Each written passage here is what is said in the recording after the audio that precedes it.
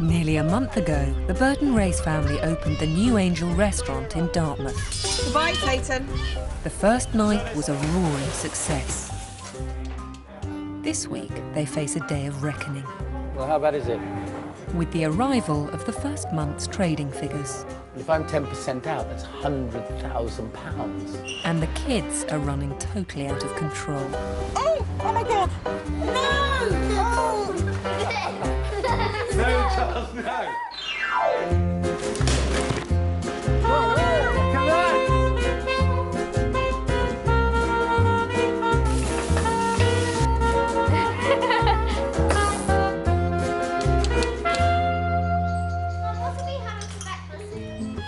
Charles, no television in the morning. Let's have breakfast. Let's go. It's June, and since their restaurant opened, life has been a constant battle for John and Kim. I don't think you need a knife for cereal.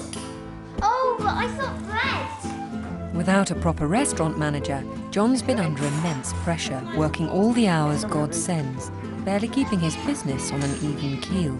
Happy birthday to me, Dad, to like wee. Breakfasts, including Dad, are a rare treat, and John and Kim's dream for an idyllic, harmonious family life in Devon have all but been dashed. But this morning, John's confident the tide is about to turn. Today is John Bertrand's my manager. His first day, would you believe it? He'll take a lot of the burden off my back, and I'll be able to focus on the cooking. New restaurant manager John Burton and his wife Kathy have Michelin-star credentials behind them. The French Cavalry have arrived. I'm Kathy. Hello. Nice to meet you. Yeah, me too. Their mission is twofold: rid the New Angel of rising complaints about standards of service and overhaul its shambolic administration. I already feel less stressed knowing that they're there because I just know that they're going to take a great weight off John and my shoulders. And we've worked with them before, you know, had a great rapport, and, you know, they're real professionals. Kathy will be working behind the scenes, setting the office straight, while Jean Bertrand will be wrestling to bring the front of house quickly into line. We've got reservations. Yep. It's here. How many? Everybody is taking booking. Whoever answers the phone. Yeah, Whoever, lots of different okay. pens, lots of different handwriting. Yeah, well, it's not the best. So you don't stop booking. You don't know how many book tables you've got on each time. That's right. Yeah, fatal flaw. Okay? I'm fine for me. This is Thank your you. reservation. That's so kind of you. Thank you very much. With laughable systems in place, an inexperienced waiting team, and a boss that demands perfection, Jean Bertrand will have his work cut out for him. All right, how is it? It's not very professional, quite frankly. Yes. The organization, I haven't found really any. Well, there isn't any there. I tell you exactly what I want. I want something efficient, an efficient service, and professional. I don't want, though, stiff formality. I don't want condescending young people thinking that they know better than the customers that they're serving. Yeah. Now, you've got to remember that most of these girls and boys are very, very willing, but they've had no formal education at hotel school, restaurant school. Yeah. They just haven't got any skills. So give them some. Yeah. People know when they've had a good service, even if they might not know whether they've had a good meal. The food element of it is only 30%. Pulling the untutored waiting team into line kicks off with a bit of role play. I'm the customer, okay? Yeah. With John slipping effortlessly into the part of disgruntled diner. Only for the Get wine. ready for the complaints. Only for the wine. Our glass is clean. Have you checked the glasses? No, I'm the customer. I'm checking the glasses. First, the ultimate lesson in etiquette: how to present and serve a bottle of bubbly. Make sure the champagne is already cold enough, and then you present to the customer, hey, well, so the champagne at your order. That's the one I ordered, yeah. Then, best way to open a bottle of champagne is to never turn the cork, turn the bottle, like this you can keep control of the cork. Then turn the bottle, it will come slowly. When you arrive at the end, you can feel that, the gas inside the bottle will push it a bit, so you just turn a little bit, with the gas going, keep it for 1 or 2 seconds, and that's it. Then you can ask the customer to try. Yes, please. Champagne. Oh, yeah. Just a little. keep the bottle, show the label to the customer. Yeah. So I know what I'm drinking. Is that right? That's correct. Lovely. Shall we pour it now? Yes, please. And then you pour it. Top. Enjoy your champagne. Thank you very much. If a customer is spending 35, 45, whatever amount of money on a bottle of champagne, it should be a special thing, a celebration thing. That's what champagne is. He wants to feel special. You have to know how to open it properly. Do you see? Yeah. So the front of house is in the midst of a French Revolution, and it seems the new angel's carefully honed, very English menu is in danger of following suit. Tonight's specials include tranche of turbot, ballantine of salmon, and other floury French fodder. But Kim is on the prowl. She knows pretentious twaddle on the menu has been putting some customers off, and she's determined to stamp it out, once and for all. Very well. How's it going? What have you got on today's specials then? Ballantine with salmon, lamb noisette. So we're looking We forward don't use French words in here. Think of another word, please. I've made it with foo. Saddle of lamb. Saddle of lamb. Saddle of lamb, that's For it. John, Kim and the business, it's been a roller coaster month, but the journey has only just begun. For the younger members of the Burton Race clan, adapting to their new life in Devon has been a far more comfortable ride. The best thing ever about living here is that we know lots of people. We've got lots of friends. I like most of the things, everything here, really. Yeah, I've met some really nice people that I go around with a lot now. For 17-year-old Eve, despite the distractions of working full-time in the family restaurant, the merits of living in a small Devonshire town are less obvious. I have no idea what's keeping me here at all. It's so quiet, it's full of grannies. I'm used to having a lively town, lively people. If Eve's ever going to make new friends, she needs to get out and meet people. And to do that in rural Devon, you need a set of wheels. I feel like I'm taking my life into my hands. Yeah. With her driving test on the horizon, Kim's begrudgingly agreed to be taken out for a spin. Have you checked your mirror? Mother, don't start. First. Mom, shut up. That's it, put your foot down a bit. Oh! Into neutral. No, into neutral. Turn the engine off. Slowly. Don't go left, there's too many parked cars. I'm going. Ow! Oh! Oh my God! This car doesn't go very fast, does it? Thank God. Put your foot down, for It's on God's the sake. floor! Well, the car must be broken then. It must be. Should I just stay in first? Eve, you're not in first, you're in fourth! I'm not. I'm in second. You're not! When I pass my test, it's going to be a lot easier for me because I can get out of this place and feel free. I'm going to scream next time I go in the car with her. It's great that she's learning to drive, but you think she's passing her test in a couple of weeks. There's not a chance in hell. Oh, my God. Kim's not the only one feeling shaky. Hello.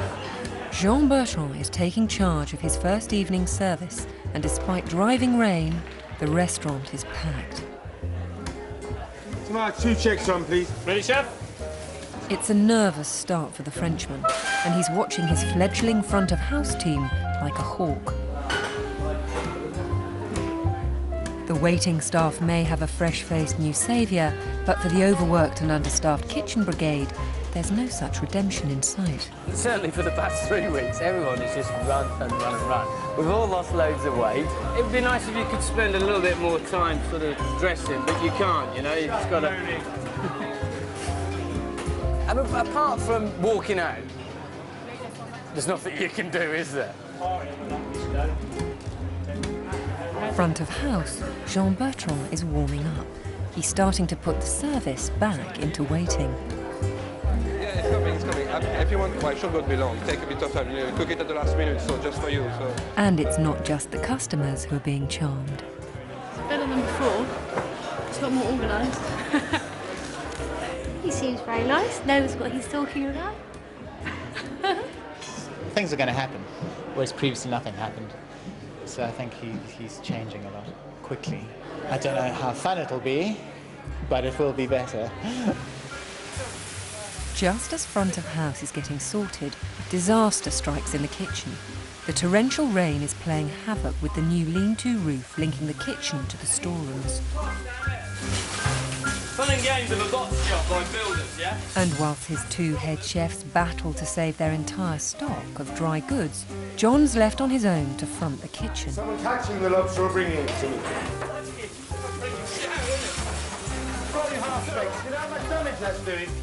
The threat of losing hundreds of pounds of stock only compounds John's money worries.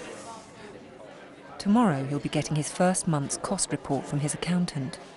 You come to a brand new area and a brand new gamble and a brand new place, and you can only use your best endeavours to guess what you're going to do. John's reasonably priced good food has kept the customers flooding in. But if he hasn't got the basics right, the past month's trading could amount to nothing. It's the fundamentals. This is the business side of things. If you don't get that right, you haven't got a business. So it doesn't matter how good you are. Lots of great chefs have gone under.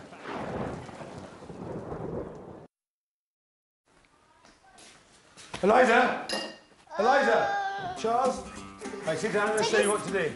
John has taken the morning off to spend some quality time with his family. And with Kim and the kids planning a picnic at the beach, he's decided to instruct his budding apprentices in the delicate art of sausage roll making. That was mine. I'm going to roll this out. But then we don't get to roll it. Can you roll mine up? Well, we're going to put the brain inside it. It's not brain, it's pork stuffing. Mum's brain is as small as the sausage roll. Come on, we've got to do it quickly. How rude! You three, get some, go.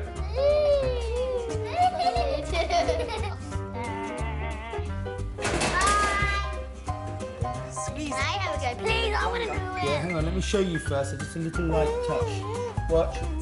Let's go to the end now. It looks like Force all the air out. a really long willy. Charles. I want to do Don't make a mess. No, don't make more of a mess. When you make the first bit. Okay, that's it. No! No! No, Charles, no. That's enough. Right, that's it. That's enough. Clear up this mess. Charles, look at me. Right, Charles, you can tidy up this mess. And you, John. I will now. Right now. Now you've got me in trouble, Charles. Playtime over, and John returns to the restaurant. Kim and the children head off for a sausage roll picnic at the beach, where typical British weather puts paid to any hopes of eating al fresco. Taste test. Where's Charles? But a drop of rain isn't nearly enough to dampen Charles's adventurous spirit. What do you mean? In the water? In the water. Go on. Before you freeze to death, you moron. Dozy git. You idiot. Yes, he stood in the sea with his shoes on, shorts on, coat on, top on. You soaking wet. How stupid can you get? You're not getting in this car. Wet strip. That's it. Quick, pass it. Stop biting. Oh, Charles! You've got your wet... Disgusting child. Go on in. You keep going deeper with the coat on. What's the point of going to the beach if you're not going to go in the sea? At the restaurant, the much-anticipated first month's figures from the new Angel's accountant have come through. This is going to be good. Only now will John know if all the hard work has paid off. Yeah, how are you? Yeah, no. It seems in the rush to get the restaurant open, John simply hasn't been charging enough for his food. Well, how bad is it? Each meal that's sold needs to make 68% gross profit, or GP, and John's dishes have been falling well short of the desired target. And what I've got to say is we've got to get it right, and we're not getting it right. We're at 12% under GP. If we don't get it right, are we sacked? No, we're just going bankrupt. Oh. It's the same, isn't it? Isn't that the same? We're all unemployed, but you've taken me with you. Oh, well, we won't let that happen, will we, Rob? Every single dish has to make the GP, the gross profit. Already, if we carry on like this, this little place is going to turn over £1 million. And if I'm 10% out, that's £100,000. With the overheads that we've got, the rent we've got to pay, etc., etc., etc., we'll go bust. Even if you're this busy, it won't work. John's concerned that he's been breaking one of the cardinal rules of restauranteering.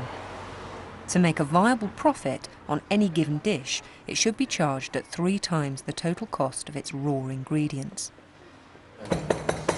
Are we really sure we're doing the costings properly? If I said to you, that chicken dish, fine, £2 for the stock, the sauce, £2 for the mushrooms, £1 for the leeks, because you've got to cook them in butter, haven't you? Mm. Yeah, there's £5, and then the chicken. And £6.25. I mean, it's true. You're right in saying, yeah, we've not actually sat down and said, right, yeah, okay, this actual dish costs this amount.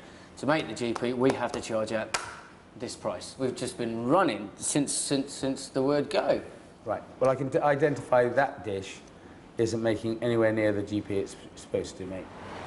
It's become clear they've been undercharging on nearly everything. The longer we leave this menu, the more money we're going to lose. OK. So let's start looking at a summer menu. Yes. 21st of June. With an average cost of £7 for a starter and £17 for a main course, until now the new Angel has managed to remain competitive, pulling in a healthy flow of local custom.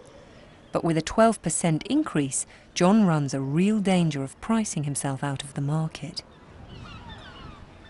To make the changes more palatable, John's hoping to build upon an area of the menu where he can make a healthy profit and still give excellent value for money.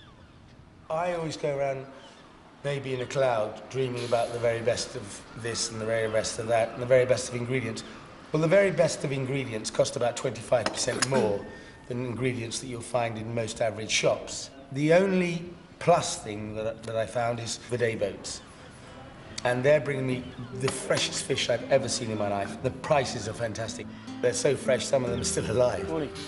Perfect. Dayboat fishermen Steve Parker and Dave Drake have agreed to take John on board for a morning's line fishing with the hope of landing the latest seasonal catch, sea bass. I want to catch my own. Yeah. But I want something the size of the boat. How does it work, Steve? It's the fish coming in and out of season, do they? Yeah. In April and May, we fish a lot for plaice. Yeah. And we go wreck fishing for pollock. By the time we get to June, the plaice are easing up, and then we go bass fishing, pollock, cod, conger. What about the odd turbot or brill? Yeah, occasionally we bump into turbot. Well, if you ever get one, will you bring it over? Yeah, I'll bring it over. As a newcomer, John is having to work hard to convince the local fishing network to accept him as a loyal and regular customer. Right, OK then, down we go. Fish is what it's all about, really. I got one, John. You got one? Yeah. People expect fresh fish, and I want to buy fresh fish. When you pick them up, so you put your thumb in their mouth to take you away from all their spines, and they'll sit there quite docile like that. Look at that, it looks beautiful, doesn't it? It's important for me to get a consistency, you know, to get as many guys going out there, to keep the flow of the fish coming into the restaurant, to keep the freshness going. That's why I'm sort of steering away from buying off fishmongers, because I want to buy really what's out here fresh and in season. Oh, John, there's another one on here. How come he's catching them all? This is a huge one, mate. This is at least £10. He's got mackerel. A mackerel. A £10 mackerel, Steve. You're getting closer. Oh, John, there's another one on here. You can go off people, can't you? Yeah, you certainly can. Hello, John. Hello, right? You all right? Yeah. Hi, guys. Cancel all the fish orders for the whole weekend, all right, guys? Spurred on by his fishing trip, John wants to experiment with a recipe for his new summer menu. Sea bass baked in a salt and fennel seed crust. It's a really beautiful fish. They call this the wolf of the sea, an absolute caveman carnivore. Right, the first thing I've got to do is get the fins off, because they're sharp and nasty. Use the point of a knife and scrape all the scales off, because if you don't, it's like eating fingernails. It's revolting. Straight into the belly. Go all the way up to the top of the gills, and then open the gills up there. It's not everyone's cup of tea, trimming out a fish, but if you cut it like that, it all comes out in one. And now you've got to get this blood out of the fish, so more water. If it's fresh, it doesn't really smell. Nothing. Smelly fish is rotten fish. So Right, this is some of the lovely fennel I got this morning. Remember, because this is a carnivore, it's going to be a sweet meat.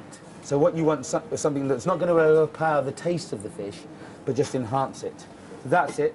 Now the idea is to cover the fish, seal the fish in the pastry, and as the fish gets hot, steam will rise up, hit the top of the pastry, and the whole thing will be wrapped up in a sort of layer of steam, and that's the steam that will cook it. The fennel coming up will flavour the fish inside, the flavour in the pastry will flavour the fish on the outside. And I suppose I'm leaving about 1/4 of an inch around the outside of the fish. Yeah, always remember that this pastry isn't an edible one. I mean, there's 600 grams of salt to a kilo of flour. I mean, it's absolutely revolting. It's a pure cooking medium as opposed to a pastry that you eat. Of course, if you don't like any of the relations, you can always give them a big chunk. The main thing is to get a heavy, hot heat into it so you seal the pastry tight. Robin, come and have a look at this. Yes, sir. It looks all right, doesn't it? Yeah, it's lovely. Beautiful, isn't it? Right, now come on, taste test. Get your laughing gear around that. Right? Stunning. So look at that, look. Perfectly cooked, isn't it? See how shiny it is? Beautiful. Is it nice? Can you taste the fennel? Have you had some already? Yeah, I've got a bit of my fingers, yeah. Oh, lovely. So what do you think we should serve that with then? Beurre blanc, butter sauce, eh? Yeah, butter sauce. New potatoes, local Yeah, new potatoes. lovely. So I suppose I could do that for about £15 a portion with all the garnishes and the sauce. It's not bad, really. I mean, there's a pub up the road charging £13.95 for a piece of grilled plaice and chips. What would you rather eat? 2 lobster, 2 whole lobsters. Salad for 2 lobsters, Joe. Yes! Oh! John's drive to get his restaurant making a healthy profit doesn't stop at designing more lucrative dishes. And be careful of the sauce. Starting with tonight's new menu, his quest to keep the business afloat has led him to introduce a second sitting, potentially doubling his customer intake and his revenue to boot. I have to do numbers, because if you haven't got the spend, you've got to do the volume. So I've got to get that table out that came at 7 o'clock, out at 9 o'clock, and I've got to fill it again at 9:15. Because if they're coming in for 2 bowls of moule marinière and a glass of house wine each, and that's no good to me. That won't be enough. In London, double sittings are commonplace, but in Dartmouth, the idea of being rushed through your dinner is an entirely alien concept. They're told when they make the reservation that they have to vacate their table by 9:15.